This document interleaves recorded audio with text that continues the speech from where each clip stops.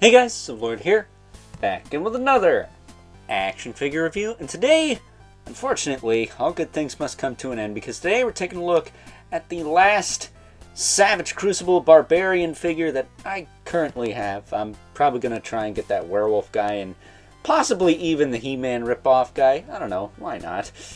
But today we're taking a look at the Shunned, brought to us by the fine folks over at Harbinger Studios, who have been hitting it out of the park with the past few figures I've looked at.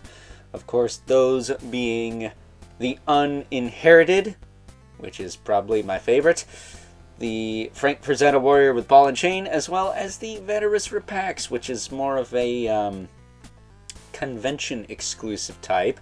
But at any rate, today we're taking a look at the Shunned, and the Shunned is my least favorite of the ones I've looked at from this Barbarian wave so far, but he's still really good. Don't let that sway your opinion on this guy.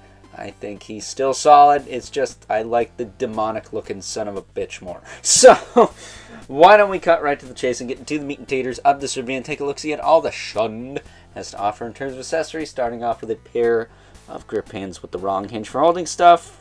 I mean, they've all come with that, so that's not new. We also have a pair of open hands, as well as an alternate head without the helmet. This one's got like a little ponytail on it,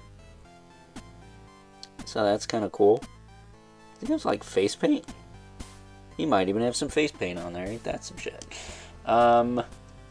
We get this giant sword in a scabbard. Like, this is like a scimitar, or not a scimitar, but a really gnarly curved blade that I dropped on the floor like a twat. Okay. Putting that back in there. Get that. Also get this cool little axe, which goes into the little loop on his belt. That's cool. You also get this piece. What the heck is this? This has the little, Savage Crucible plug piece there, but it looks like a handle. Why is this in the box? What does this do? I do not know what this piece is for, other than dropping on the floor. That rhymed. Does it fit in his hand?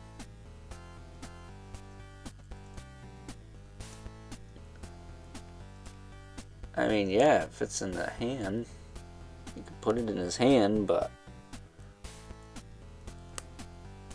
I don't understand the purpose of this piece. It is very weird. So if anyone knows what this is for, because I have not seen a review of this guy yet, please let me know.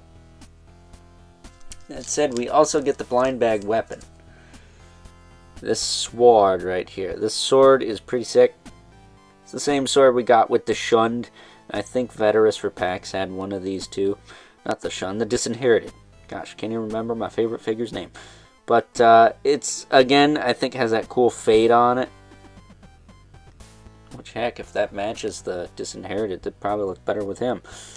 But taking a closer look at the Shunned, he definitely comes with a decent loadout for not being deluxe like the Frazetta guy there. But this guy is pretty cool. He's got just kind of a simple pauldron on this side. He's got this big one over here, along with some fur pieces that are all layered and whatnot. I'm assuming that big sword scabbard goes on his back. There's no way that goes on his belt. If that goes on his belt, then that's insane. But either way, there's the little loop for the axe right there. As far as articulation goes, his head will look side to side, up and down, tilt, all that good stuff. Shoulders will pop out to the side about this far. Back down. Full rotation. These pauldrons are on ball sockets, so you can get them out of the way. He does have that beautiful butterfly he's seeing. All these releases. He's got the bicep swivel, but again, more like a cap. You get your real bicep swivel in the elbow there. You can bend the elbow quite a bit. All things considered, he's got gauntlet rotation here. swivel hinge wrists with the appropriate in for holding stuff on these hands. The torso will lean this far back on him and this far forward. I think of the bunch, he might have the loosest torso, but it's not even like, is it loose or is it just butter smooth? Because it's not like flopping all over the place. It's solid, it's in there. But yeah, and then of course you get the same thing in the waist. Hips will kick out, back down, forward, back. He's got a thigh cut. That works fine. Double jointed knee. You get your rotation in the knee as well as in the boot. You can tell there. And then he does have the ball hinge ankle that will rotate, hinge, and pivot. Really tight pivots too.